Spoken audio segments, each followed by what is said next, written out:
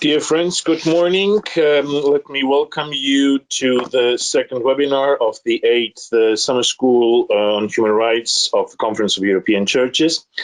My name is Father Emiliano Spogiano. I'm the Director of the Liaison Office of the Orthodox Church, the European Union of the Ecumenical Patriarchate, and a member of the CEC thematic group on human rights. Today we start with the webinar looking into cases that consider the challenges for the CEC churches in the protection of worship places.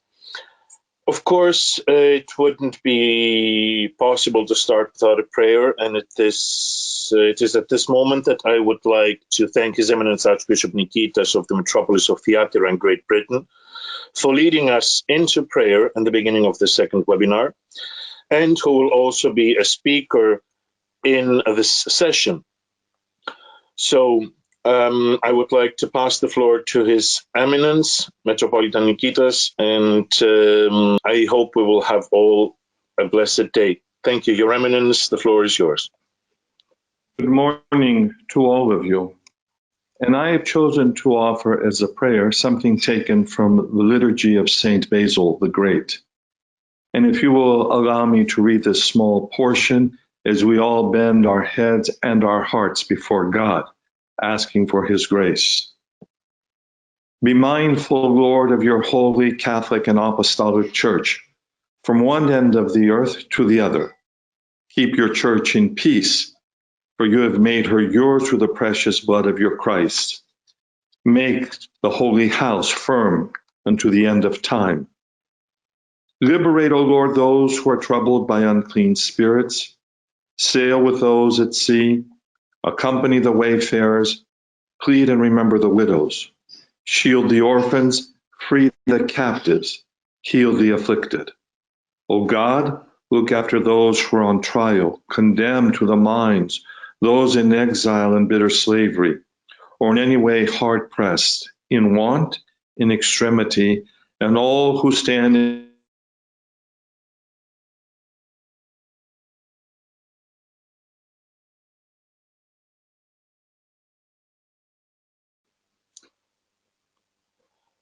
Today we will be looking at challenges for the CEC churches in the protection of worship places in two sessions.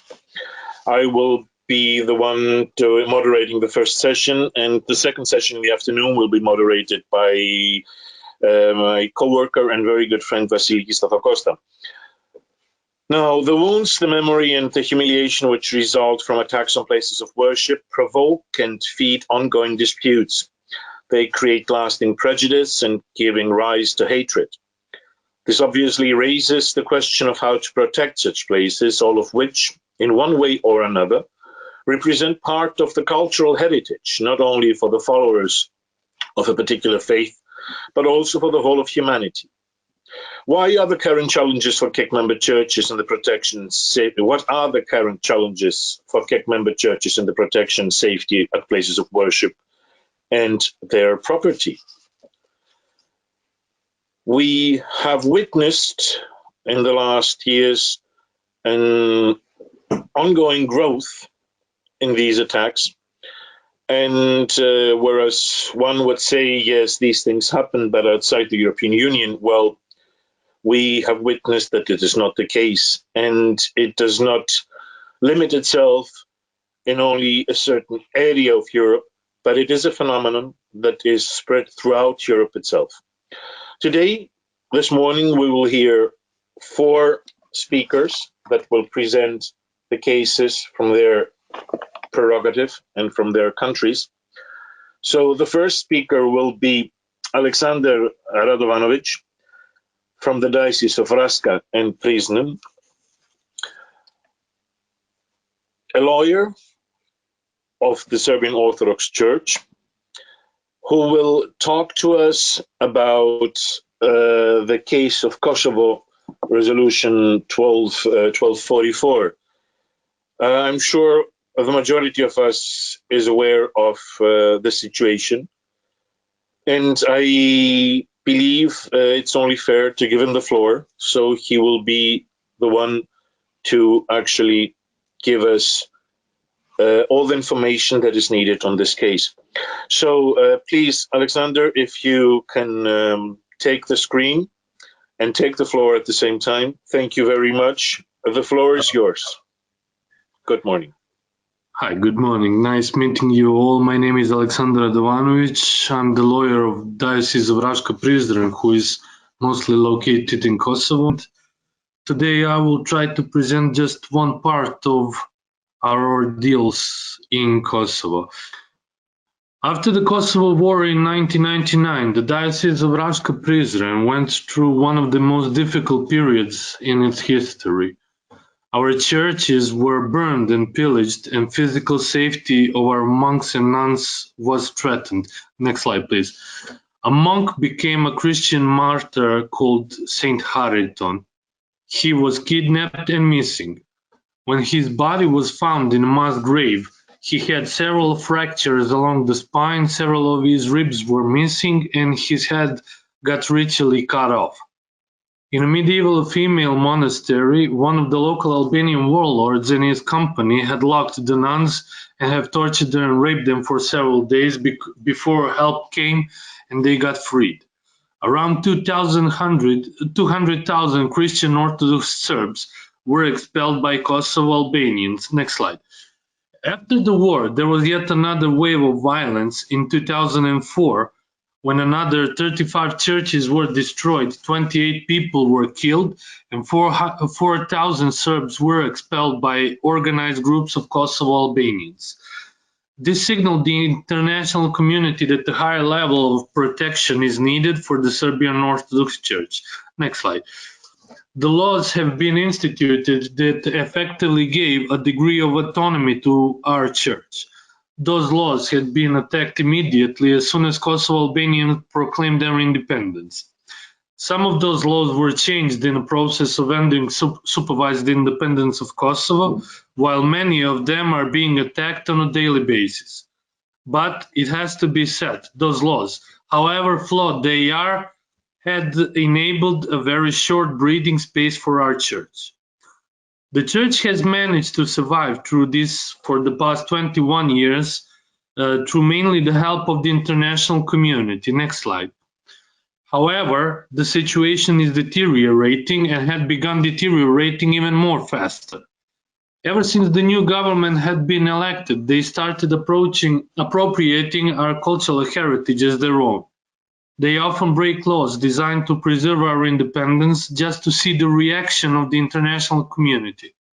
And they are openly calling for our special rights to be abolished with a cynical justification that Kosovo is a civil society and that everyone should enjoy equal rights. In the meantime, the government officials refuse to even pronounce our name as the Serbian Orthodox Church and are sending all kinds of provocations almost on a daily basis.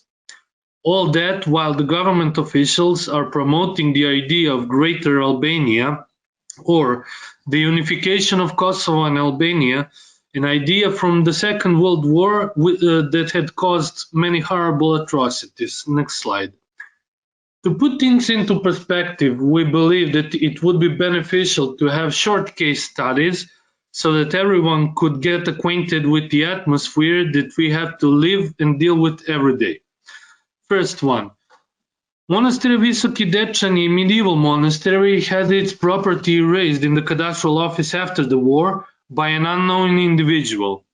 They simply deleted the name of the monastery from the cadastral records. After the international community annulled that, they had sued the monastery.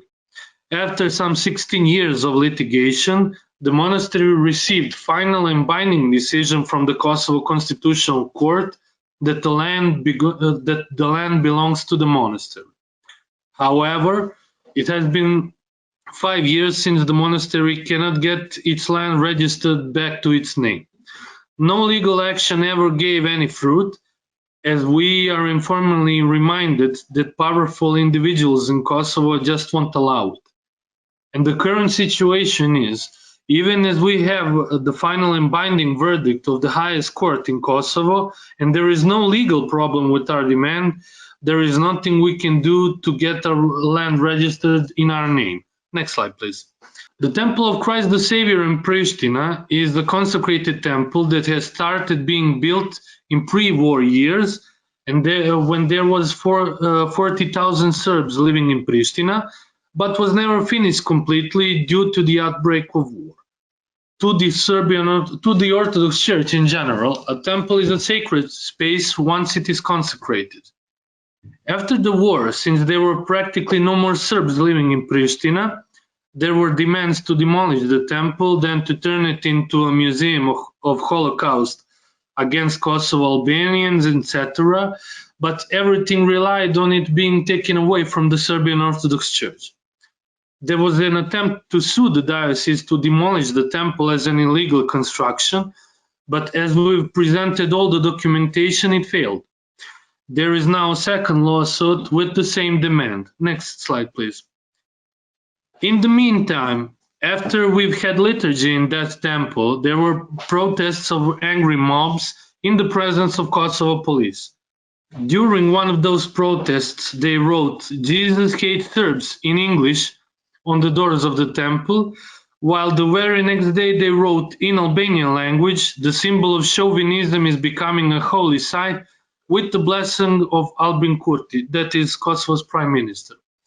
We did not report these incidents as our temple was desecrated in the presence of Kosovo police, and there was no point. Even when Kosovo police does not protect the desecration or lootings of our religious sites, perpetrators are almost never found. Now, next slide, please. To conclude, these are just some examples of what we go through every day in Kosovo. We are afraid that things will only get worse if there isn't a strong international reaction directed towards Kosovo government, and if the question of the church is not included in the talks between Pristina and Belgrade. As things stand for this past decade, various Kosovo administrations have clearly shown that they just don't want us here, or they want us, but without our identity and our history. They want to take our history, our holy sites, and our movable and immovable cultural heritage, but instead of us, they wish to make an amorphous religious institution that would serve the needs of Kosovo Albanian authorities. And for the end, before you on the slide is a picture of the Church of Holy Mother of Ljeviš, a monumental church which is older than Notre Dame, around 30 to 40 years. It has been burned in a pogrom of 2004 before the eyes of the international military force. No one from Christian Europe of worldwide Christianity rose a voice.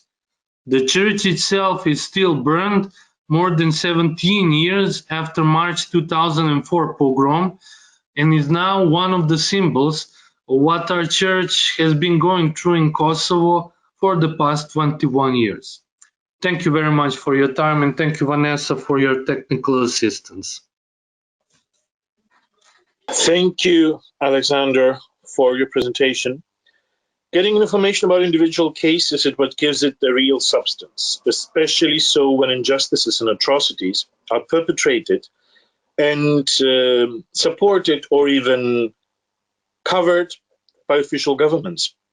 It is not a matter of accusing whoever it might be, it is just a matter of speaking the truth, a truth that is hard to swallow and process. It is quite terrible to think that the area which served as the place where the Edict of Milan was signed 1,700 years before is now an area in which such atrocities are perpetrated. Our prayers and our thoughts go out to those people who have suffered and to those who still suffer, and we wholeheartedly pray that justice will be served. And this is the whole point of this project, of actually encouraging and helping and making sure that there are systems put in place that will be under the control of higher authorities that will give the opportunity to overcome all this. Thank you very much once again. And I would like to give the floor now to His Eminence, Archbishop Nikitas.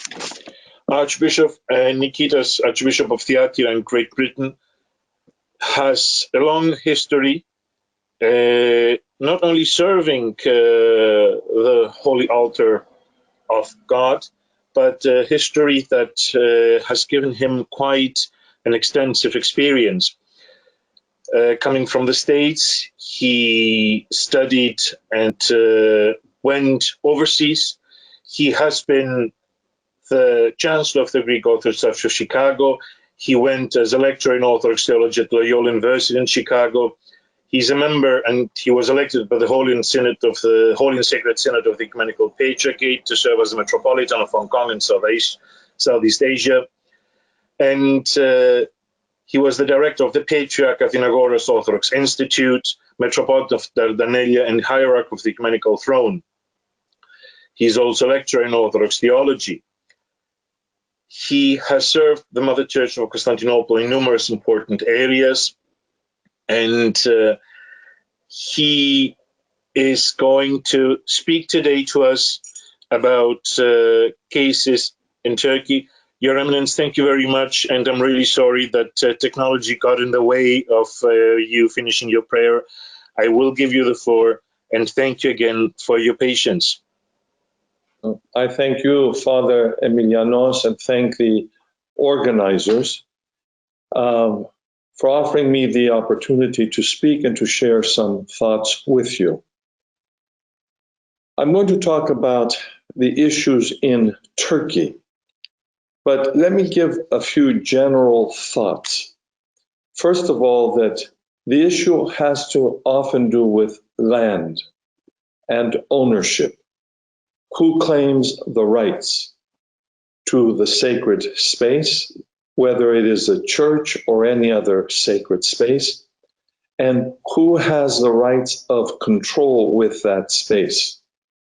It seems we often have the policy that might makes right, and those who come and occupy a land, whether it be in the area of Pech or any other place, that the occupier, the invader, the intruder, the foreigner who comes in claims the land, the space, and the right to change and alter not only physical space, but historical space and historical truth.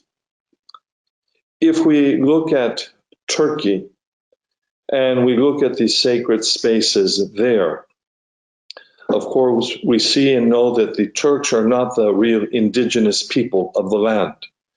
They came, they invaded, they conquered the city of Constantinople of the Eastern Roman Empire and claimed the land and many of the sacred spaces there, altering and changing the landscape in many ways.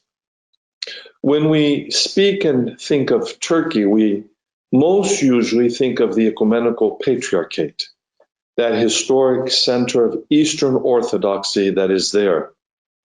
The Mother Church of Constantinople, the first amongst equals of the autonomous autocephalous churches throughout the world. But we have to be honest and understand that Turkey has a much wider net and space and has other communities as well, especially if we look at the Oriental Orthodox, but mainly the Armenian Orthodox community and the thousands upon thousands of people who live there and continue to live there, and even the Jewish community and other communities. But amongst the Christians, we also have the Roman Catholics, we have the Protestant and evangelical churches, which face problems of persecution. And we know that that persecution takes place in the fact that people are put in prison, individuals are not given visas, And yet those who follow Islam and want to follow the traditions and the practices want rights in every other part of the world. And we must ask ourselves, are we able to, and are we given? May we assume the same rights as others want in other parts of the world. For if there is to be equality and truth and justice, it is not one-sided. We find ourselves in a very unusual time, in a time when we hear that the Church of Saint Sophia, Hagia Sophia, the great Church of Christ, which had been a museum for decades upon decades in a secular society by law, declared a UNESCO site under the protection and the guarantee of governments and institutions and organizations, all of a sudden is changed and becomes a mosque once again. It's very sad because world Christianity almost remained silent. No outcry, perhaps some small comments, but no outcry was heard across the globe to stop this horrific act, this transgression, not only against a sacred space, a religious institution, but an institution, an edifice, an architectural, just magnificent place that belongs to world society and world history.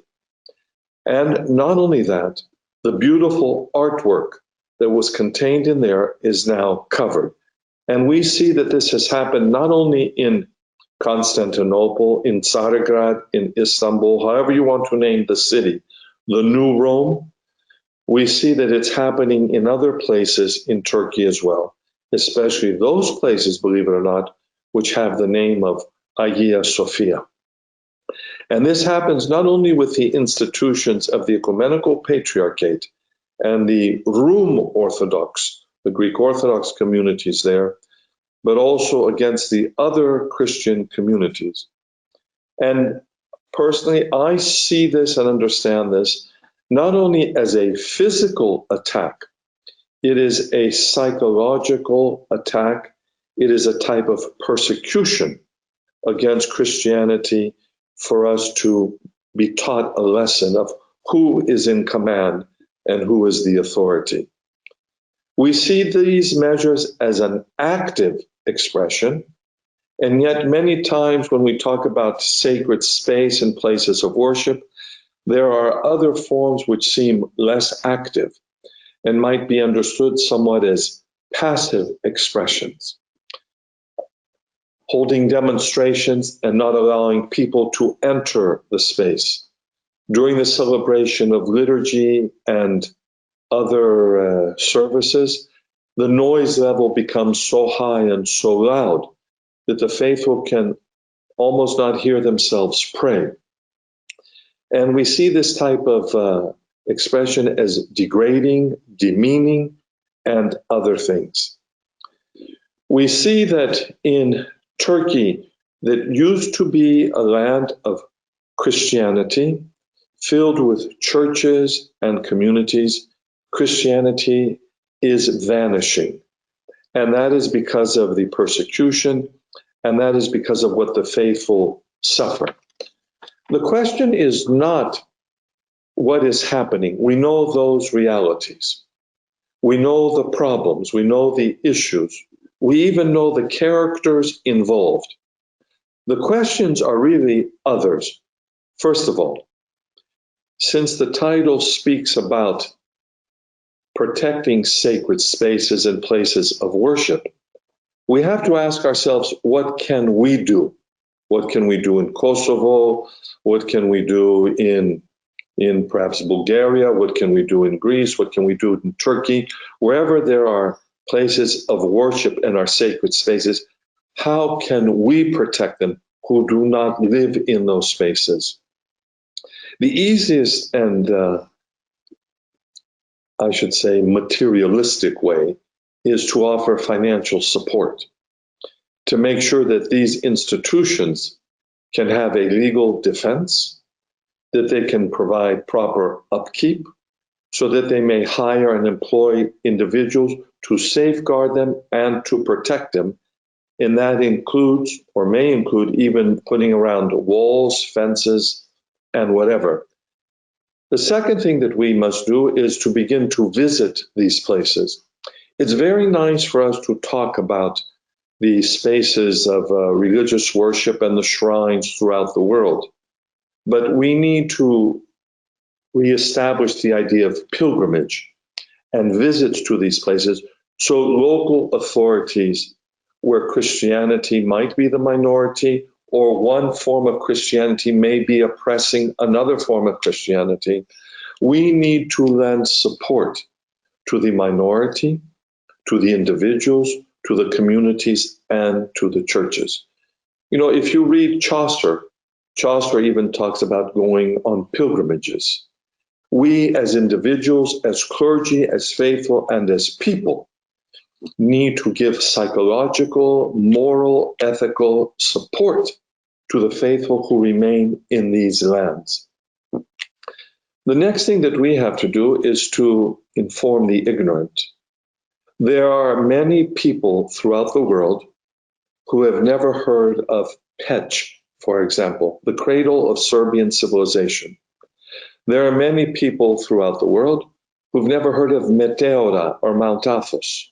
There are many people who have never heard of what's happened in Turkey with the sacred spaces.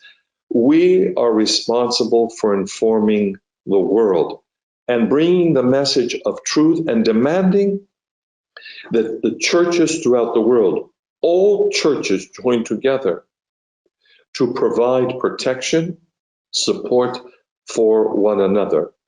And we can do this, yes, by a webinar, but we can do it also by seminars, and not to our own communities. Yes, that is valuable to inform our own people, but I think it's more important and more valuable to inform the outside community, to make these things known, to publish and to make the materials available, and to work with museums throughout the world to promote our understanding, our history, our tradition, so that history is not distorted, but also that history may not be lost. You know, many times in the periods of the world, because of the dust of the centuries, because of war, because of outbreaks and other things, history is altered, it's changed, it's modified, but we can no longer allow that. And we can no longer be on the defensive aspect. I think the time has come for us to become more proactive, to insist, to demand. It was very sad, and I go back to the situation concerning of the great church of Hagia Sophia in Constantinople. The great religious leaders of the world remained silent. Now, can you imagine if we were going to some other nation, to some other institution, and try to alter it and to change it? Would there not be an outcry from the Hindus, from the Buddhists, from the Muslims, and on down the line? I don't know if you've ever been to Indonesia and know of the persecution, the Christians there, but what people have to go through even to build a church. The only way our institution, our spaces, our places of worship will remain so is if we take the initiative and we reach into the greater community. There are all sorts of websites and all sorts of things that talk about these tragedies of the manipulation of space, of time, of history. But we see that the Assyrian churches, whether they be in Turkey, in Iraq, Iran, all sorts of other places, the Armenian churches, for example, in Turkey, in one area, a small church became the kebab stand for a local vendor. And we cannot allow these things and these transgressions to take place. and silence is no longer the answer. And while the webinars and the seminars are good, we must find other means to speak to a greater community and a greater population. And that will only happen if we stand united as one force. The time has come when Christians must look to see what unites us and not what separates us. And there must be a chain of solidarity, of unity by all Christians. I will close briefly with this prayer from St. Basil, taken from his liturgy, and then we can go on to the next speaker. Be mindful, O Lord, of your holy Catholic and Apostolic Church, from one end of the earth to the other. Keep your church in peace, for you have made her yours through the precious blood of your Christ, and make the holy houses, the temples, firm to the end of time. Liberate those who are troubled by unclean spirits, and sail with those upon the seas. Accompany the wayfarers, plead for the widows, shield the orphans, and free the captives, heal the afflicted. O God, look after those who are on trial or condemned to the mines, or to exile and bitter slavery, or in any way are hard-pressed, in want, in extremity, and all those who stand in need of your boundless compassion. Those who love us as well as those who hate us, and those who persecute us. And those who have empowered us, unworthy though we are, to pray for their behalf. Be mindful, O Lord our God, of all your people, and lavish on all your rich mercy, granting to all what leads to salvation. The prayer is a universal one. It speaks of all and is inclusive. And in our battle, we must also be inclusive and speak to all. Thank you very much. Your Eminence, thank you so much for your intervention. I can only say that what you've said touched right upon the heart of the issue. Yes, might makes right, land, space, and the right to change space and truth, material and immaterial.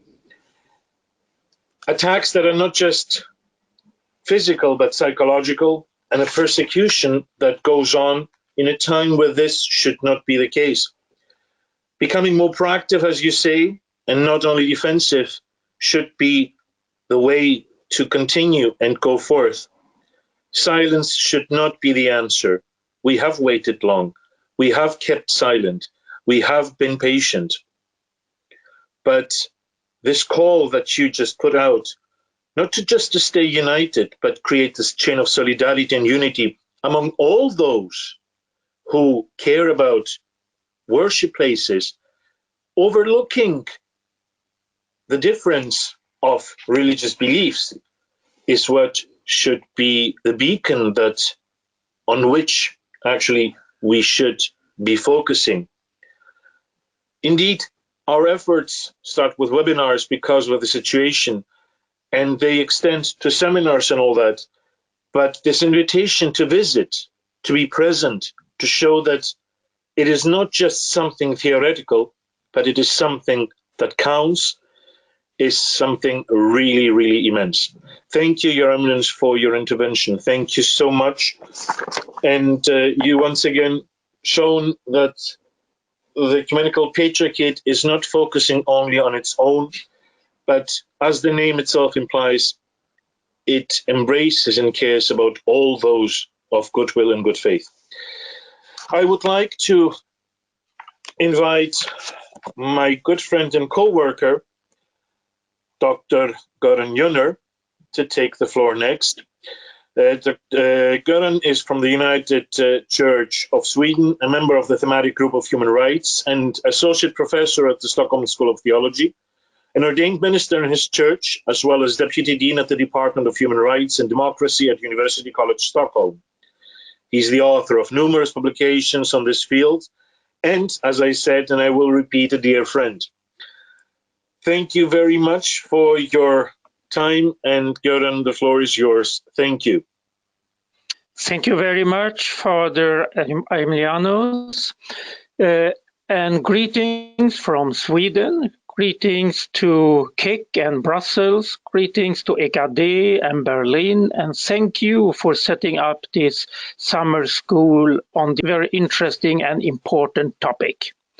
And thanks for allowing me to talk about challenges for Kik churches in the Swedish context when it comes to protecting places of worship.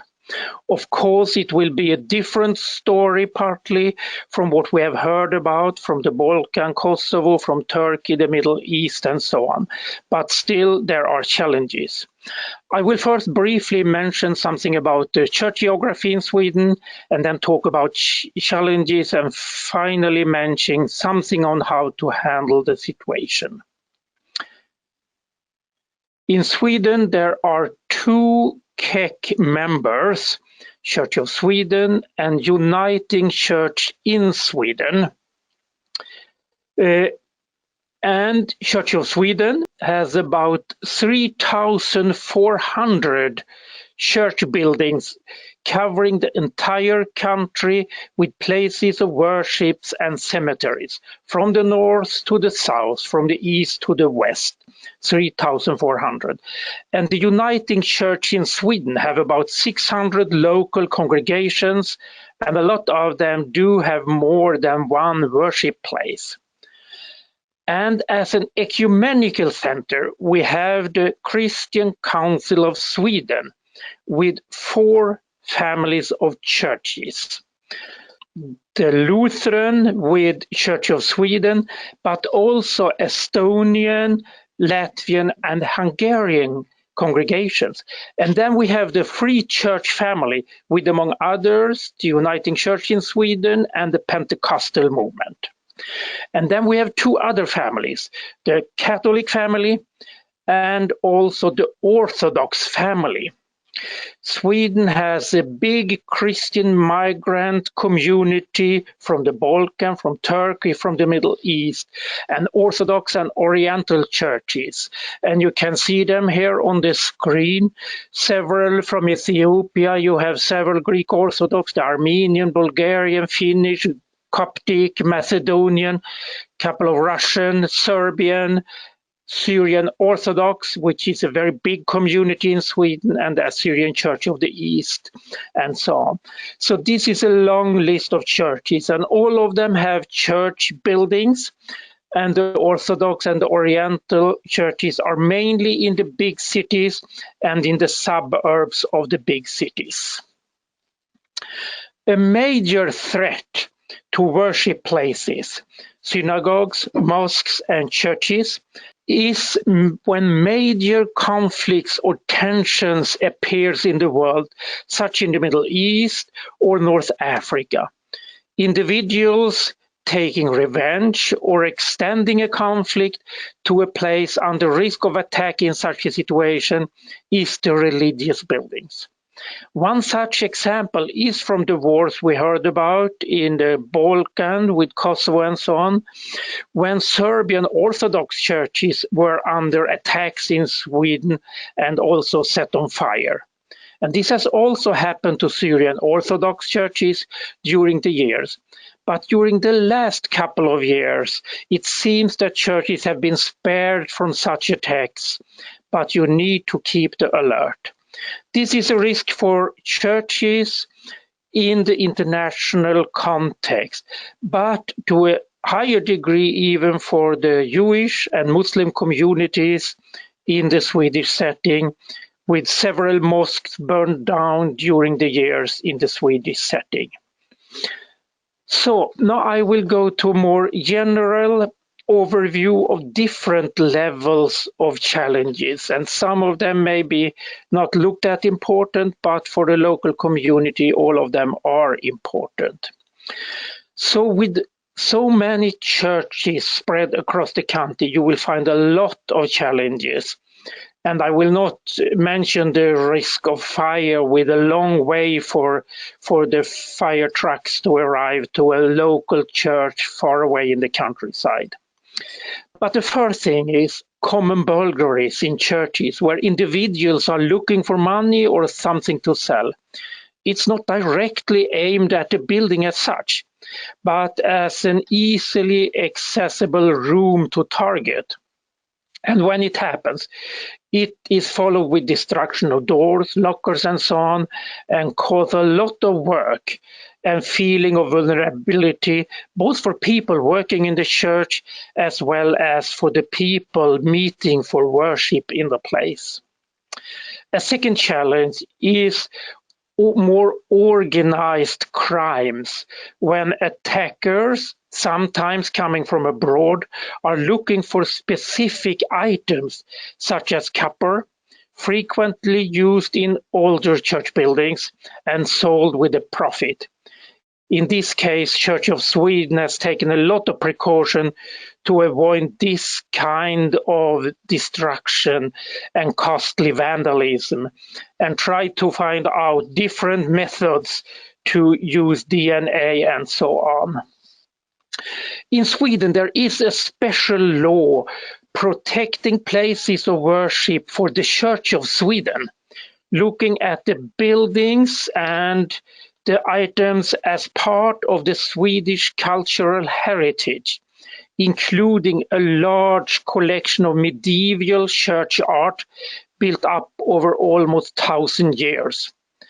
A third of the buildings in Church of Sweden are medieval, and even the most remote country churches often houses fantastic artworks.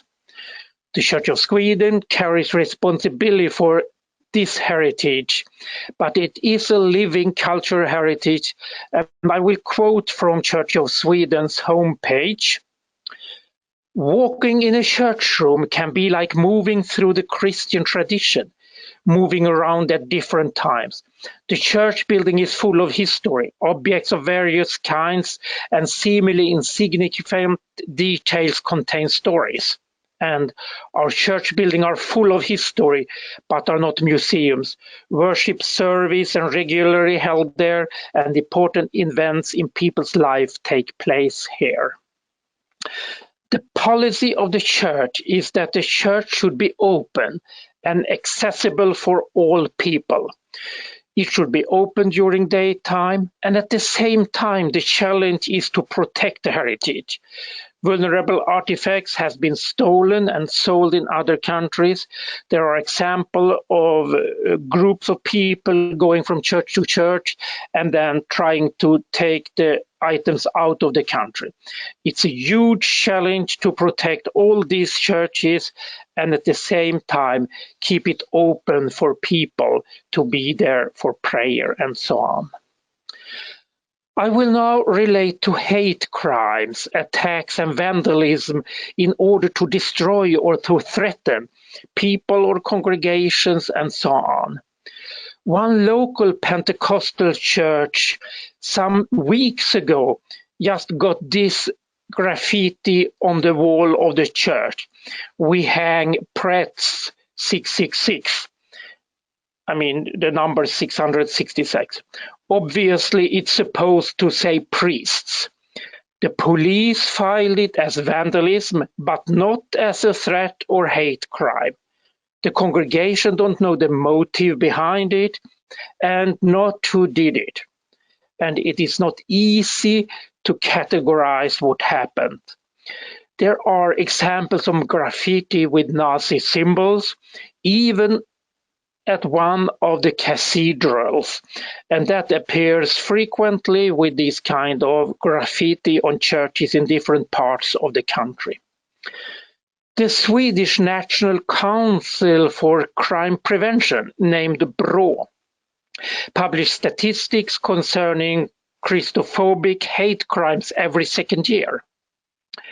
From 2021 has not showed up, but this is the 2019 report about crimes reported to the police with hate crime motives.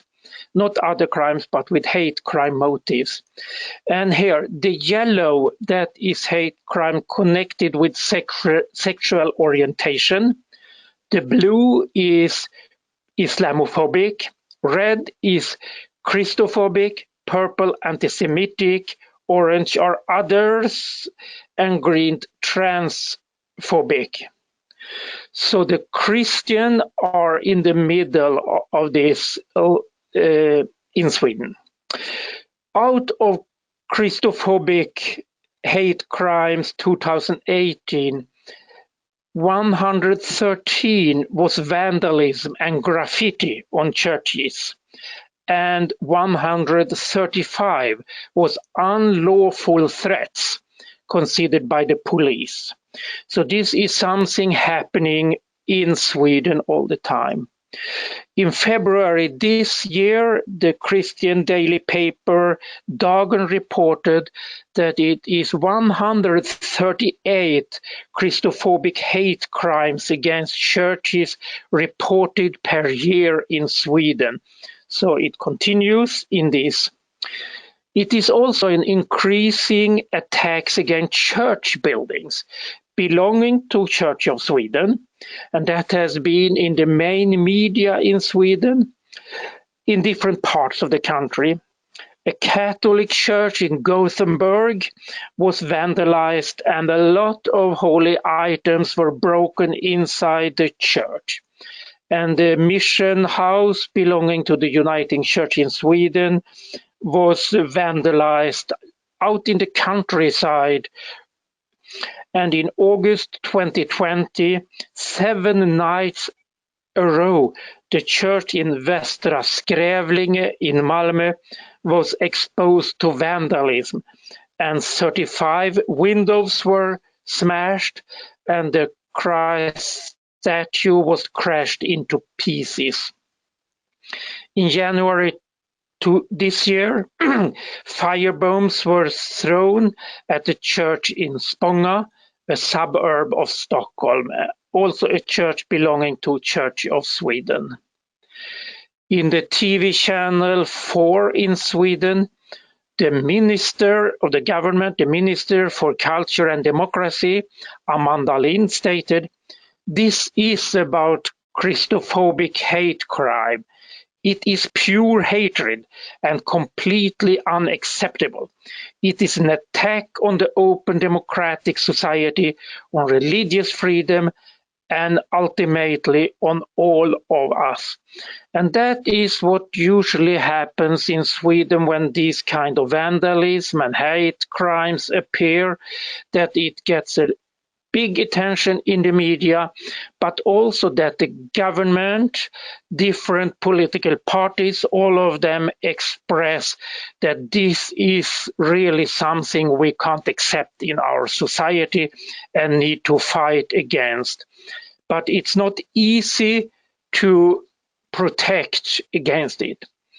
Since so far, I would say, what we can mention as international terrorism or violent extremists. Of course, we can consider what happened in Malmö and Spånga to be part of that, but it seems that it has not in any other degrees been directed to churches or clergy in Sweden, but it is a challenge to be prepared for. And since 2016, Church of Sweden has been part of the work protecting democracy from violent extremists, and even have one person working full-time just with the issue of violent extremism. All denominations, they have departments or they have officers dealing with security aspects, trying to prevent all these challenges to happen in different ways. And some of the churches also has full-time persons working with preventing threats, challenging, and vandalism to happen.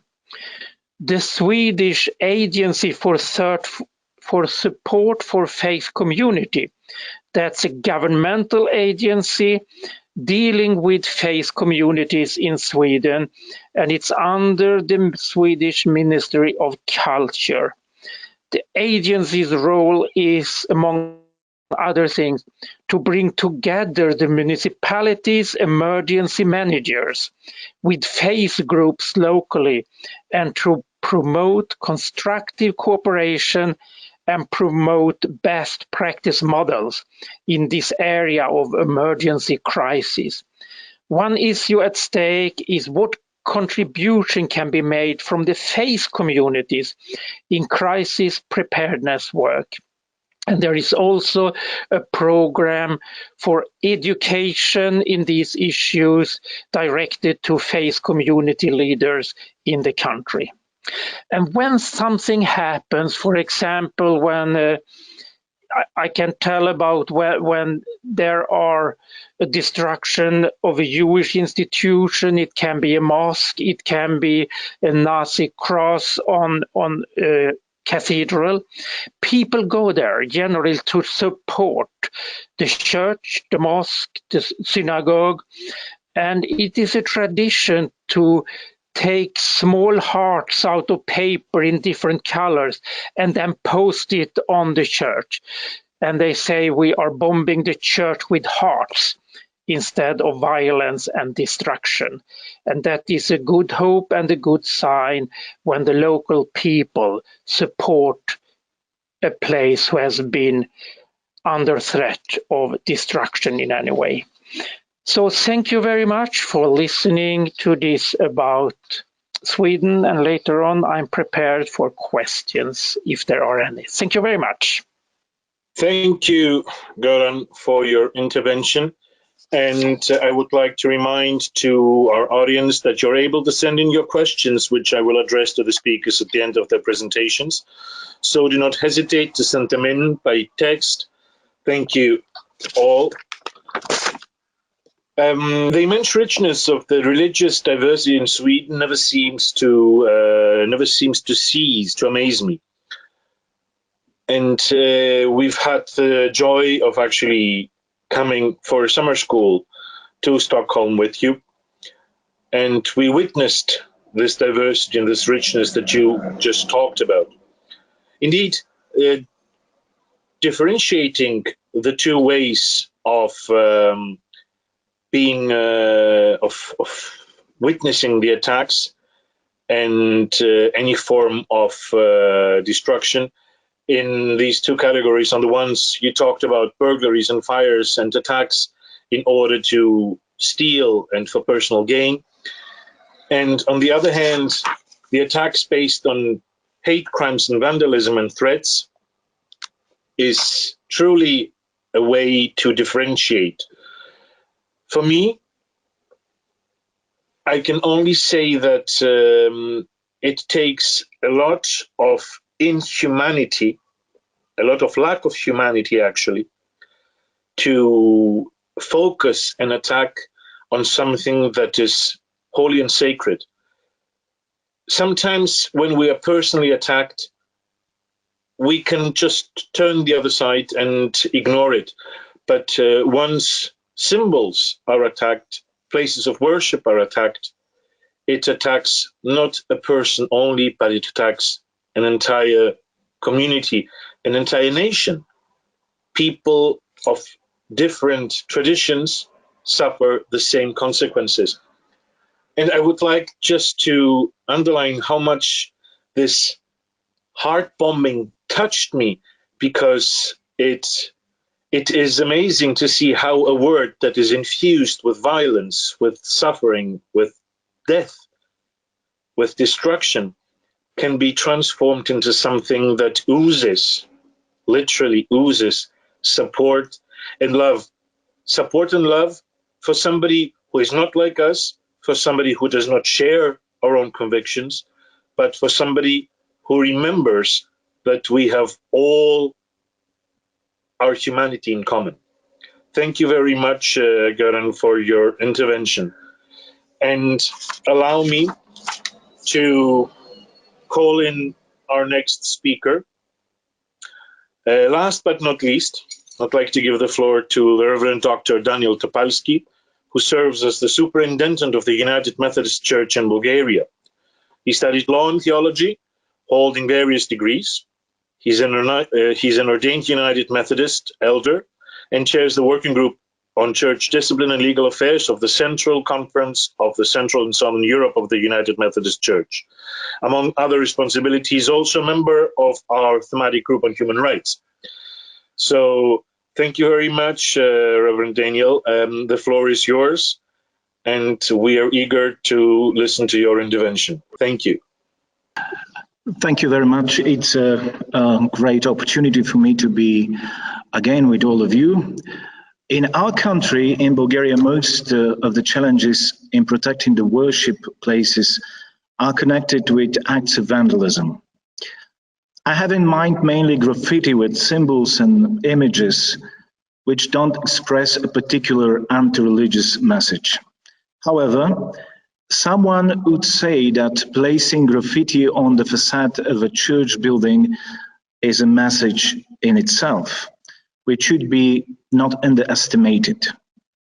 This conclusion is undoubtedly true, but we must still say that most of these actions are not provoked by religious or ethnic hatred.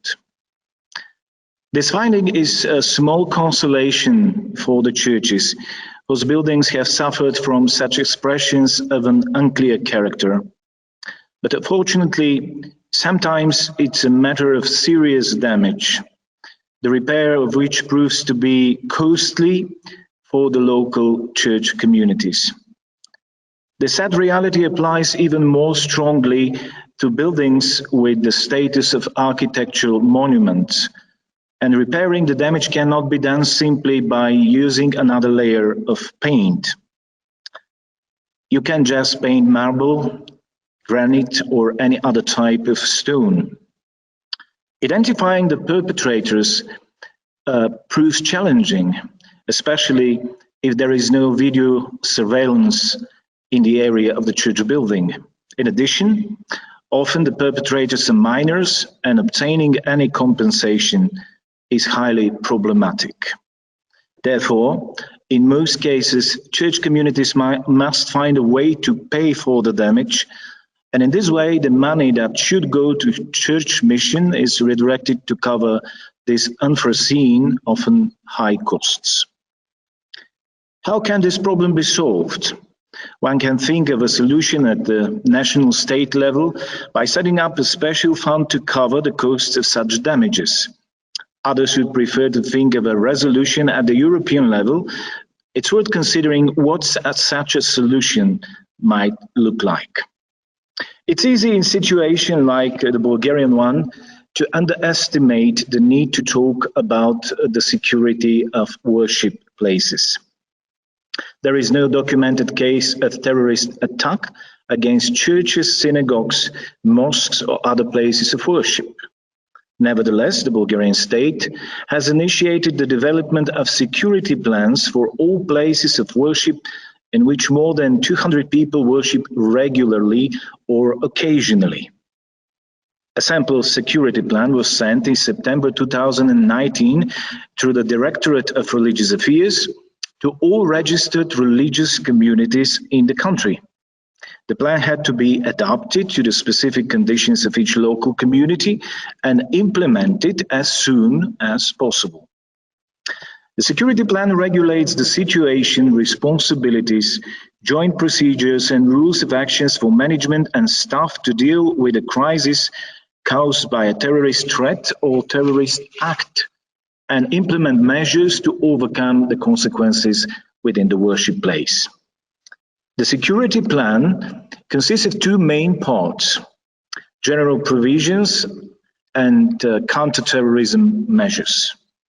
In addition, several appendices have been added to it, which refer to the security officer's duties and the specific protocols for conducting training and instructing the staff.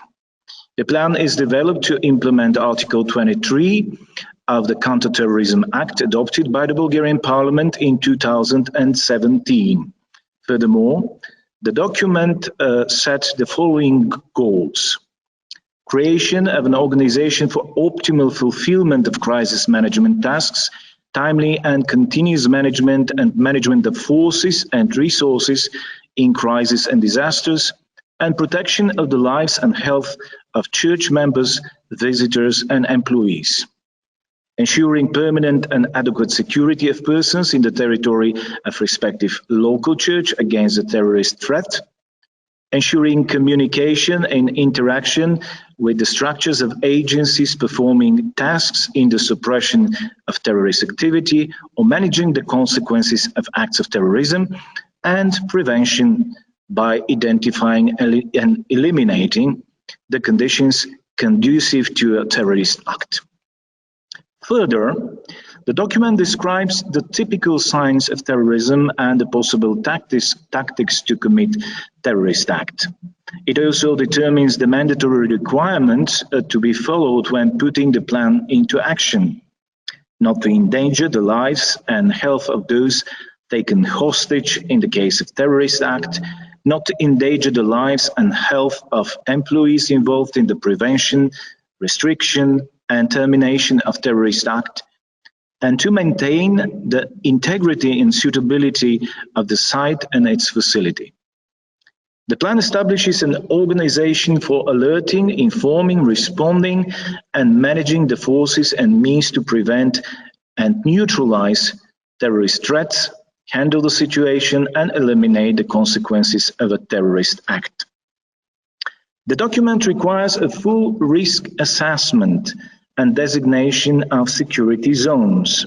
In addition, it provides for specific measures and procedures for action: installation of security systems, including a fire alarm, a special regime to restrict access during non-working hours, development of an evacuation plan, and designation of a safe place, installation of a video surveillance system, access control, and ensuring the physical protection of the building, appointing a security officer, etc. The appointment of security liaison officer has an essential role in the implementation of the plan. In our case, this is not a separate staff position. I chose the most suitable of the local church employees who could perform these duties in addition to their main job. Among these obligations is to conduct of initial and periodic, at least once a year, briefing and training of the other employees, and the scope of this training is comprehensively specified in the security plan, and it includes different activities: introducing the basic rules of action for detecting persons with suspicious behavior, instruction for action when there is abundant luggage, instruction for preventing the gathering of large number of visitors in small premises, instruction for special care when receiving shipments, when there is a suspicion for the presence of prohibited substances or objects or packages with unknown senders, and instruction for the ways of disclosing, informing, and responding to a terrorist act. The simulation training and counterterrorism exercises are required at least once every 6 months. All this may sound too complicated and expensive. That's right. It is complex and expensive indeed, but I think it's necessary. And according to the Counterterrorism Act, it's also mandatory for worship places which gather more than 200 worshippers. The implementation of the prescribed measures is subject to control by the respective state agencies. These agencies may impose administrative penalties in the case of violation. Again, we come to the question of funding. We have already said that implementing the security plan is an expensive undertaking. Will this be possible for small religious communities which have modest financial resources? Regarding finances and access to state funds, the religious communities are not equal in our country. The Orthodox Church and Muslim community receive significant financial support from the Bulgarian state. All others have to look for other sources of funding. Is it possible to solve this problem at the national state level, or it's necessary to think about it at the European level? Apart from the written training protocols, the state does not offer any practical training for the designated security liaison officers. It's good to have a security plan and all the systems, but without suitable training, reliable protection of places of worship cannot be ensured. The Conference of European Churches has taken a step in the right direction by joining the Safer and Stronger Communities in Europe project. It's clear that we cannot deal with this issue only within our state borders or only with other Christians. That is why we must all support this project, contributing to its implementation according to our resources and abilities. Thank you very much for your attention. Thank you, Reverend Daniel. It is, well, on the one hand, I am tempted to say that I'm glad that there's not so much the appearance or the presence of hate crimes in the religious communities of Bulgaria, which is a very joyful occasion, if you might allow me to say that. However, vandalism and graffiti, as you said, it's not just about taking a brush and repainting, because it goes much deeper. It touches upon what we've already talked about, primordial notions of inhuman behavior, because there is no way to fight back on this onslaught of feelings. And it is very interesting that you suggest that the solutions, although there might be plans on the state level, that there should be also EU level solutions. But the most important aspect for me is with what you actually closed your intervention. Does the government offer any financial help for the implementation of the security plan? And if it does, to whom? And as you clearly stated, the security plans apply only for the communities that have 200 or more faithful. What happens with the smaller minority community faith groups that have churches, that have places of worship that are not as numerous? This brings us back to also what His Eminence Metropolitan Nikita said, this need to stay united, this need to create a chain of solidarity and unity, which goes above and beyond our dogmatic beliefs and differences. The most important aspect is to remain focused on the fact that we all share this need of faith and this need to protect what is holy and sacred. I really like to thank you once again for giving us these detailed informations about the general provisions, and I'm really, I would like to repeat, I'm very, very happy that you have not been victims of terrorist attacks, which is not the case for many other European countries. But I believe that the need is clear, that the need is immensely important to cover not only the financial aspect, but also provide the security that touches upon the very heart of the problem. Thank you very much for your intervention once again. I would like to ask the audience if there are any questions. If you would like to ask questions among you, the presenters, and I would like to give the floor to any of our four speakers who would like to underline something or make any comments. Göran, would you like to say something, please? Yeah, thank you. I want to ask a question to connect what we have heard about Turkey and Kosovo, Serbia in relation to Sweden.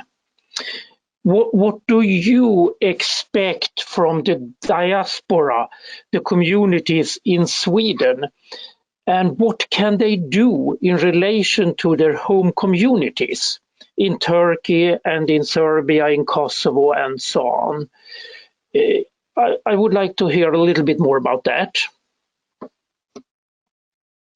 Very much. Your Eminence, Alexander, you may reply to the question that was just.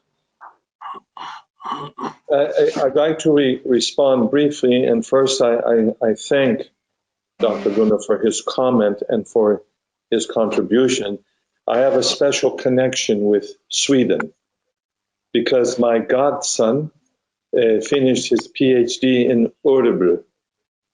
Wonderful. Also, a young Serbian priest who's married to a Swedish young woman will be returning to Sweden soon, and she will teach Russian to Swedish diplomats.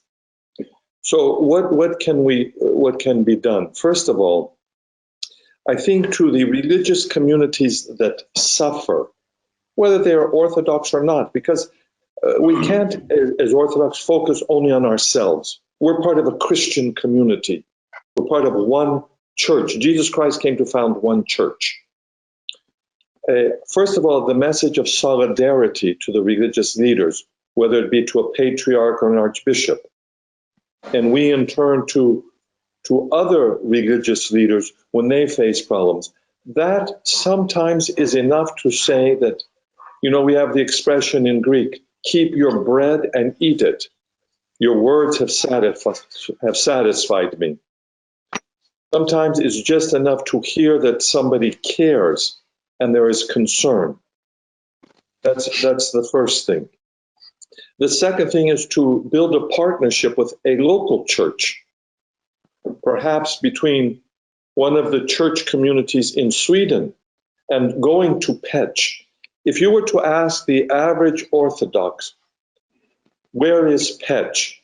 The average Orthodox doesn't know, except maybe the Serbs. And the average person in Christianity would know even less. But we need to build this bridge so that we host activities together so that the non-Christian community and even the Christian community can say, look, they can work together, they can do something. There is solidarity. We need to work with them because they have a place here. I'll stop now so Alexander may speak. He may want to say some things. It's a bit hard to speak after His Eminence, but I would just like to say we are getting something from our diaspora besides the money, which is very important for our subsistence here. We are getting a lot of, shall we say, moral support. We're getting a lot of visitors in Kosovo, not in, as His Eminence rightly stressed, but we are getting some. But what struck me most during all of these talks was the idea of His Eminence that we have to somehow connect and be more proactive and be louder in sharing the status of our Christian brothers throughout, no matter what Christian denomination. For example, I never knew about the situation in Bulgaria until I heard Daniel, and I'm living right next to Bulgaria. As I'm sure I've been to conferences where people are dealing with religious rights of Christians throughout the world, and they never know about our situation in Kosovo. So not only our diaspora, but this may be a good opportunity to start something and to raise our activities to the next level, and start finding ways to spread the word around so that we can be more proactive in protecting Christians, not only throughout the world, but also in Europe, where generally when you hear Euro Christians, okay, there are no problems, but as a matter of fact, there are huge problems. And of course, that also means the Asiatic part of Turkey. So yeah, thank you. That would be all from me.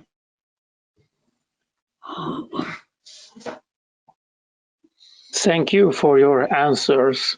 I think it's important to get the message out all around Europe, and that's also what CEC is about, very much, to get the information what is happening in this conference and so on.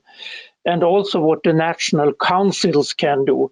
For example, in Sweden, with this broad participation with churches from Pentecostals, Lutherans, Catholics, Free Church, and Orthodox Oriental in the same setting. A lot of messages will go out from that kind of settings.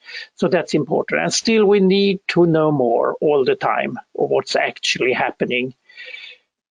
For sure. Thank you very much. If you allow me, I would just like to share a comment that was posted from Per Kristiansson, a parish priest in Västra Skrävlinge Church. I hope I did not kill the pronunciation of it, Göran.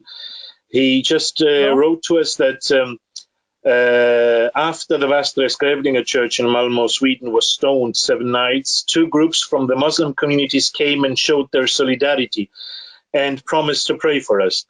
I would like to express how really touching this is, because that is proof of what we talked about, of this need to stay united, to create a chain of solidarity and unity. And I'm repeating again your words, Your Eminence. And there's also a question that has been posted. The question is about Christianity and its perceived connection to Western liberal ideas and secularism in Turkey, Bulgaria, and Kosovo. To what extent can the security threats be said to stem from this perceived connection? Take a few seconds to think about it. And another question just came in. How could we as laymen improve the situation? Would it be a good idea to intensify education about religion, denominations, and the sanctity of places of worship? And this applies to all of you, of course. The question was from Sherling. I don't see the name.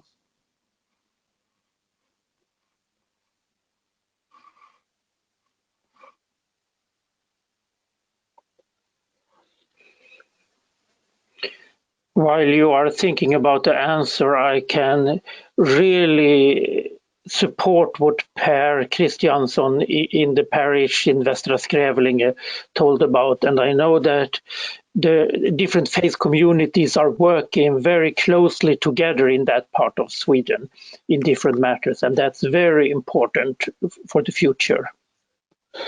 That is indeed very, very important.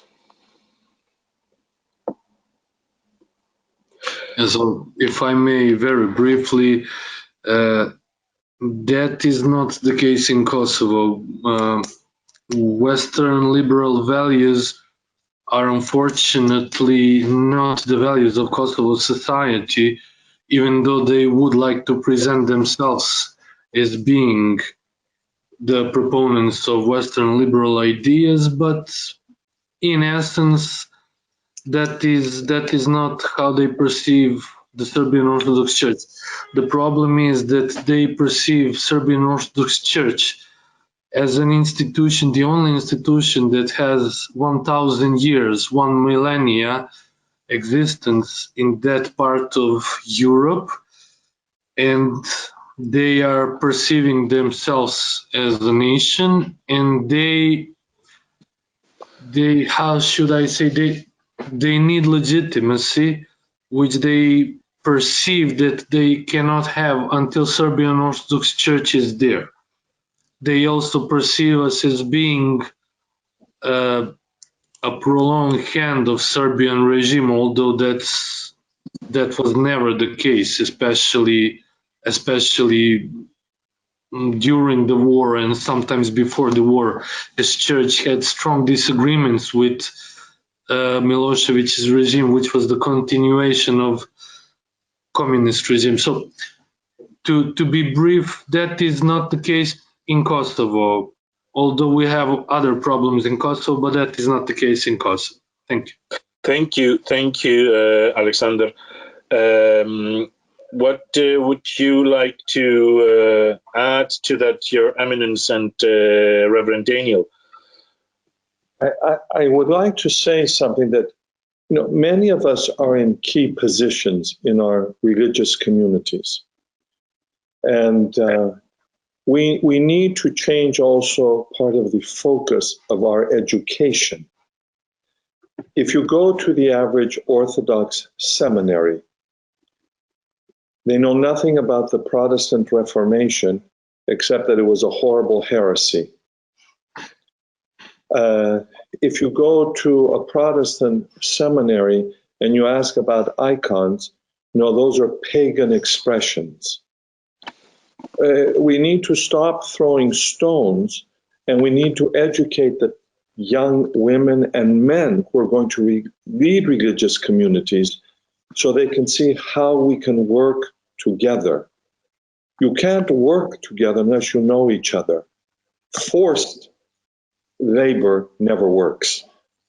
But ours must be a relationship built upon understanding and love and cooperation. And in this way, I think we're able to do things. And I think this will help also bring about changes and solidarity to see how we can work together. And we build respect for one another. Thank you, Your Eminence. Reverend Daniel. And I think His Eminence is absolutely right in regard to education. I'm trained in the Orthodox Theological Faculty. I received my PhD from Orthodox Theological Faculty, so I can confirm we need to change, from the scratch everything when we educate our young people about other Christian traditions. And to see other Christians as our brothers and sisters. And I like the one sentence from a Catholic priest, a very good friend of mine. When we meet a Christian in Europe, we have to, rejoice, because it's not so, regular occasion nowadays, and not to be afraid or to isolate ourselves. So it's very important also to address the question regarding the lay people. Okay, education is one thing, but what His Eminence mentioned in his presentation and afterwards about forming partnerships, not only between the congregations in diaspora and the congregations in mainland, but also with other Christian confessions, that can be really something, because personal experience and out of these relations can be very influential and productive, because personal experience is something more powerful than theoretical education. So we have to encourage really our people to go and to form such relationships, and this sign of solidarity can be more fruitful than many books, I believe. I do agree. Thank you all for responding. And I would like to give you my 2 cents. I work as a religion teacher in the European schools. And one of the things that we started right off the bat with our colleagues was to actually exchange classes. In what sense? When they would have to speak about a different denomination or even a different religion, we would be invited to make the presentation and bring to the kids a personal witnessing, a personal statement, and to invite them to our churches or to our places of worship, so that they could actually overcome certain prejudices. And I have to admit, in many cases, I've been asked to give presentations of the Orthodox Church to different schools in Lille, where my parish is. And I would have students from private Catholic schools coming in to hear about Orthodoxy. And what always threw me off the bat, that after having spoken for an hour and explained and talked about all these things, they would ask me in the end, and so do you also believe in Jesus? Which the only thing I would always do, and thank God that stopped, that ceased, I would look at the teachers that would accompany the students, and they would just lower their heads, and they would really be very uncomfortable. And we had the Roman Catholic Church, the Archdiocese in Nord-Pas-de-Calais, had a synod in which I was invited to attend and assist. And we had a very fruitful discussion with the different bishops and of Nord-Pas-de-Calais. And I actually mentioned that topic, and a lot has been done in the improvement of religious education, because if I don't learn about who my brothers and sisters are, how will I be able to say that we can be together and support one another? Indeed, it is a very problematic issue, and religious education is one of the things that can help overcome lots of this. Yes, Göran, please, the floor is yours. Thank you. So when we are discussing this about education and the education of priests and ministers and so on, I also need to mention my own institution, Stockholm University College. I'm at the Department of Human Rights, but we have two other departments, and that's the interesting thing in this. One we call for the Western theology, that's the traditional Scandinavian Swedish theology, and then we have the Department for Orthodox Eastern theology. And we have teachers and students from different Orthodox communities, but also for the Oriental Coptic and Syrian Orthodox community. And all are in the same building, sometimes joint classes and sometimes different, of course, depending on the subject you are. So this is an interesting way of dealing with it, with a school together with St. Ignatius Orthodox Institute. So that's something new happening in Sweden, really. That is great. Thank you so much. And I do believe that if we retain one phrase out of our presentation that we heard this morning, and if we want to close with a positive and hopeful note, is the need to stay united. The need to learn, the need to visit and support, because yes, financial support is always practical, but what is mostly needed is also show that we stand up for one another, that we don't turn our back and we don't pretend that, you know, or there are other interests that might be crossed in case we have made a comment that would not be very welcoming from political factors. What we need to establish is that we stand tall next to one another, that we stand fraternally and brotherly and humanly one next to the other, and that we remember that we are all created in the image and likeness of God, and that human dignity is the first and foremost thing that we have to keep in mind, especially when we have to share with the comments that sometimes we are bombarded with about not being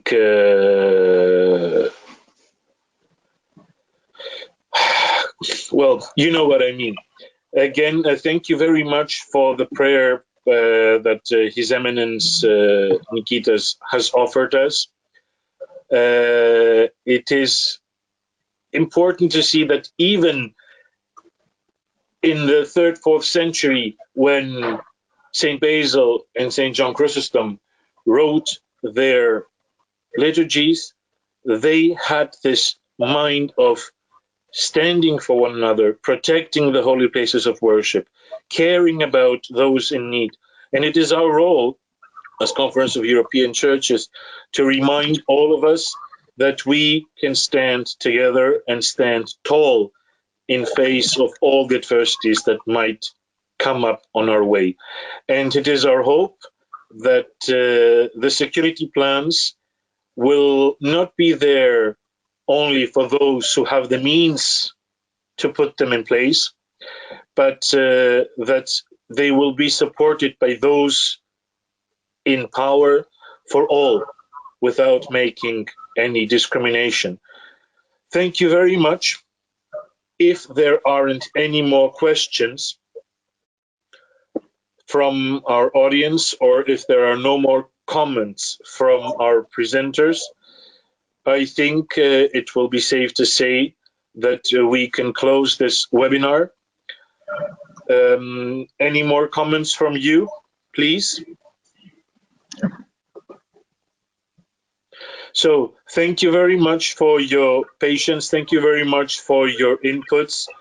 Thank you very much for your love and your attention and your dedication to promote this solidarity. And remember, silence is not the answer anymore.